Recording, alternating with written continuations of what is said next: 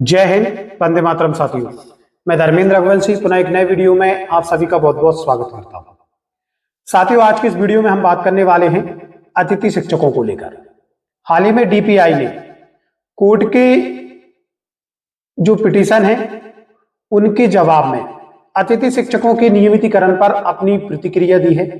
उससे पहले भी डीपीआई ने इसको लेकर अपनी प्रतिक्रियाएं स्पष्ट की है। जिन अभ्यर्थियों ने नियमितीकरण की मांग को लेकर कोर्ट में पिटीशन दायर की थी, तो हाईकोर्ट ने डीपीआई को संबंधित अभ्यर्थी की जो पिटीशंस हैं उन पर आवश्यक कार्रवाई हेतु डीपीआई के जो अधिकारी हैं उनको निर्देशित किया था। तो उसमें डीपीआई ने स्पष्ट किया है कि सीधे तौर पर जो अतिथि शिक्षक साथी हैं उन्हें नियमित नहीं किया जा सकता है। इसके लिए नियमित शिक्षकों की जो भर्ती प्रक्रिया है उसमें अतिथि शिक्षकों को 25% आरक्षण तय है। अब अतिथि शिक्षकों का लगातार ये प्रश्न देखने में आ रहा है, तो क्या इस तरीके से कभी भी अतिथि शिक्षकों का नियमितीकरण सीधे तौर पर नहीं होगा? केवल पात्रता परीक्षा और जो चयन परीक्षा जो है जिसमें कि 25% आरक्षण नियमित किया गया है, क्या उसी आधार पर अतिथि शिक्षकों का नियमितीकरण संभव है? साथियों, हम आपको यहाँ पर स्पष्ट कर देना चाहते हैं, नियम बनते रहते हैं, नियमों में संशोधन भी होता है और ऐसा बिल्कुल नहीं है कि सीधे तौर पर अतिथि शिक्षकों का नियमितीकरण नहीं किया जा सकता। ये सीधे तौर पर राज्य सरकार के हाथ में है। अभी जो पिटीशन पर सुनवाई कोर्ट ने की थी, तो उस पिटीशन के आधार पर आवश्यक कार्रवाई करने हेतु डीपीआई को निर्देशित किया है। तो डीपीआई वर्तमान में अतिथि शिक्षकों के लिए जो नियम निर्धारित है उन्हीं के आधार पर कार्रवाई कर सकता है। यहाँ डीपीआई किसी भी तरीके से अतिथि शिक्षकों को नियमित करने के लिए बाध्य नहीं है और किसी भी नियम के तहत डीपीआई उन्हें नियमित कर भी नहीं सकता है। ये पूरी तरीके से राज्य सरकार का मामला है और जब राज्य सरकार अतिथि शिक्षकों के मामले को संज्ञान में लेगी तो निश्चित तौर पर जो भी नियम होते हैं उनमें संशोधन भी किए जाते हैं, नए नियम भी बनाए जाते हैं। तो ऐसा बिल्कुल नहीं है कि अतिथि शिक्षकों का सीधे तौर पर नियमितीकरण न हो सके। कहीं ना कहीं जैसा कि अतिथि शिक्षकों ने आने वाले समय में 2 अक्टूबर को एक बार फिर राजधानी भोपाल में प्रदर्शन करने की योजना बनाई है।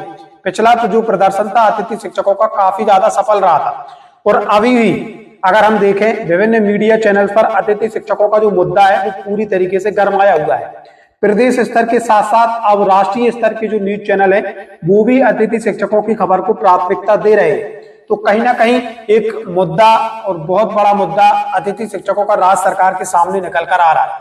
तो ऐसे में कई ऐसे प्रयास किए जाएंगे जिससे अतिथि शिक्षकों को हतोत्साहित किया जाए और उसी क्रम में ये जो पिटीशंस वाला जो मैटर्स निकल कर सामने आया है, जो कि 4 सितंबर को ये जो पिटीशंस है उस पर डीपीआई ने अपना निर्णय दिया था, वो अब जाकर निकल कर सामने आ रहे हैं। तो कहीं ना कहीं इसका एक मोटिव यही हो सकता है कि किसी भी तरीके से अतिथि शिक्षकों का जो आंदोलन है, जो प्रदर्शन है, उसको कमजोर किया जाए।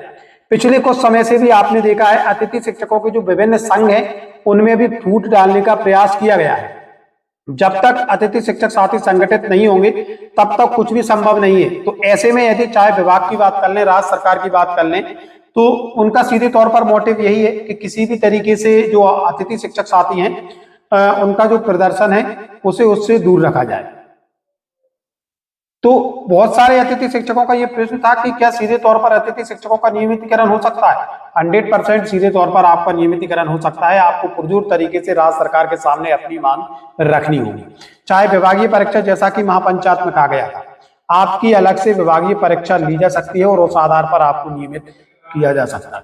लेकिन इसके लिए सबसे ज्यादा आवश्यक यही है कि सबसे पहले आप एकजुट होकर अपनी बात सहजता और सरलता के साथ राज्य सरकार के सामने रखें, विभागीय अधिकारियों के सामने रखें। लगातार आपका जो मुद्दा है वो सोशल मीडिया और विभिन्न मीडिया चैनलों पर छाया हुआ है। ये आपके लिए एक एक्स्ट्रा बेनिफिट देखने को मिल रहा है।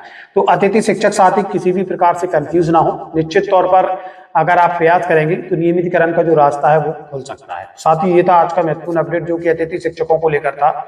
मिलेंगे जल्दी नए अपडेट एवं नए टॉपिक के साथ। तब तक के लिए जय हिंद, जय भारत मित्रों।